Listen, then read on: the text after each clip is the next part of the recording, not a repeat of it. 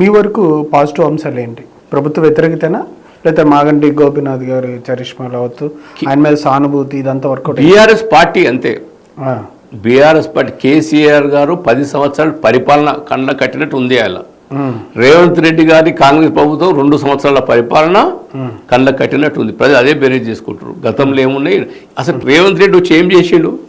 రేవంత్ రెడ్డి వచ్చిండు మార్పు మార్పు అన్నాడు. ఏం మార్పు జరిగింది? తెలంగాణ టీఎస్ ఉంటే దాన్ని టీజీ చేసాడు. తెలంగాణ తల్లి రూపురేఖలు మార్చాడు. పైసలు ఖర్చు లేనివన్నీ మొత్తం మార్పిచ్చేసాడు తప్ప అభివృద్ధి అనేది ఏం జరగలే. గతంలో మనం అనుకున్నాం 6 గ్యారంటీలు 420 హామీలు. 6 గ్యారంటీల్లో వారు అమలు చేసింది ఉచిత బస్సు తప్ప ఏది సంపూర్ణంగా జరగలే.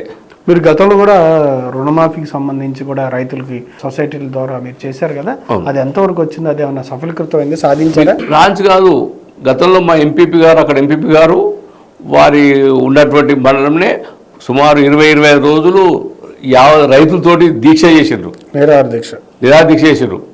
మా గట్కేశ్వర ఎంపీపీ మా బండారు శ్రీనివాస్ గారితో పాటు అక్కడ ఈ జేఏసీ ఏర్పడ్డది. ఏదైతే గట్కేశ్వర మండలంలో రుణమాఫీ రైతులతో ఏర్పడి ధర్నా చేస్తే మన మంత్రి గారు ఎవరు శ్రీధర్ బాబు గారు రుణమాఫీ అనేది జరిగిపోయింది, ఇక మళ్ళీ దానికి ఆ స్కీమ్ లేదు, మళ్ళీ లేదని చెప్పేసి ఆయన ఇంకా అంతే ఇక చెప్పాడు. అట్లా చెప్పేశారు.